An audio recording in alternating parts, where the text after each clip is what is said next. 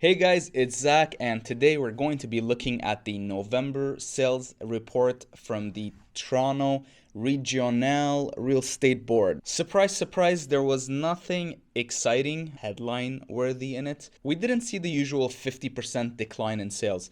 I mean, it was down 49%, but it's exactly the same as last month and the month before. So if they end up putting that in the headlines again, it's gonna look so stupid. For the first time though, we have prices actually declining compared to last year by about 7%. I'm not talking about the peak of the market, which was February, March of this year, talking about comparing it to last year's November sales. I think what we're going to start seeing from now on is the headlines changing from the sales being down, which is the number of transactions, to prices being down compared to last year. Because last year around this time, the market started heating up so much in the weirdest way possible. We were seeing increases by 27 to 35% year over year, which is absolutely absurd, bubble level. You can see the home price index here, and right at the top there, February, March, when Bank of Canada announced that they're going to start increasing interest rates to combat inflation. But as I said before, if you zoom into the graph, you'd start noticing that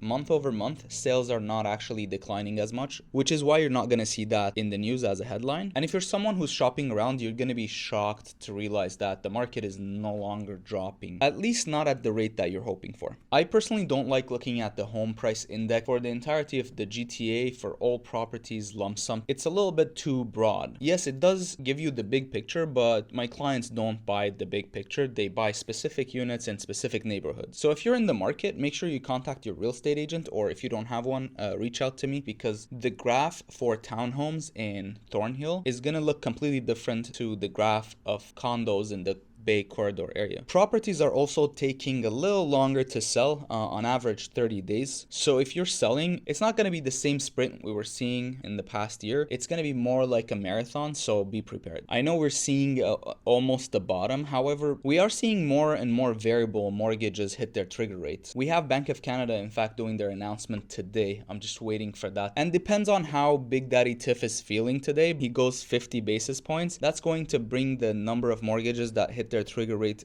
to up to 65%. I made a video on that topic, so I'll put a link to that at the very end. It seems like you guys love that video so much. In fact, since we're talking about rates, my subscribers went up since I posted that video by 48%. I'm shocked. In fact, every time I see that number up by 1, I celebrate. So thank you so much to every single one of you. I appreciate it. Let's jump into the condo market, because we're seeing something slightly different there. Although sales were down to 4,177 transactions, the average selling price is still up compared to last year by 4.5%. So if you're looking, there are deals in the market. You have to sift through thousands and thousands of listings, and if you find one, you should probably jump on it, because you don't want one more person showing up, turning it into a competition. The rental market, on the other hand, is I wouldn't want to be a tenant in Toronto right now. Rents are up by 20% compared to last year. For a single bedroom, you're looking to spend about $2,600. There is a lack of listings, so it's like 4,000 of us playing musical chair and there's only 2 chairs left. Doug Ford was on stage not too long ago telling me and everybody else that we're going to be building faster. There's not going to be any more red tape. We're going to open up the green belt. In fact, does anybody have his phone number? Doug, if you're watching this, give me a call. I have a little historic site that if we can change the zoning on that, I might be able to get someone to build a very tall building on it.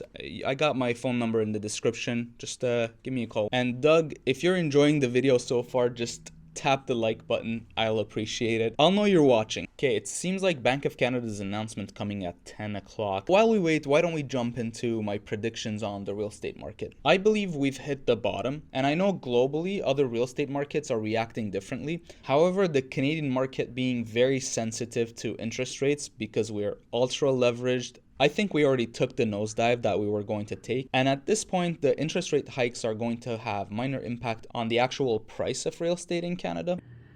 You're not gonna believe this. I was editing the video and I thought, let me go quickly check if Bank of Canada updated their rates, and they have. Is it the 25 basis points we're anticipating? No, Maybe they did nothing. You're wrong as well. They did the full 50 basis points. Congratulations, everybody. So we'll go back into my predictions, but if there's another nosedive, there might be one. Let's go back to the video. I am planning to set up an interview with the real estate agents from the US to see how their market is reacting to the interest rate hikes by Papa Powell in the US. The Feds are going to be announcing their next rate hike on the 14th of December. So if you want to watch that, make sure you subscribe to the channel so you get notified. If you do not subscribe, there's a huge chance that YouTube is never going to show you my face again. This is the video where I talk about variable rate mortgages hitting their trigger rate and what their options are when the bank calls them. So if you haven't seen it, click there to watch. And for the rest of you, thank you so much for watching, and I'll see you in the next one. Bye. For those of you who asked me directly, the cup of coffee I have in front of me is usually empty. I have my coffee here, but the reason why I have this is because I hide the mic. I don't have one of those mics that, you know, get hooked onto like a tripod or something. Also, this is a pretty good mic, and I got this trick from Impractical Jokers. So if you watch that show and you like it, let me know in the comments.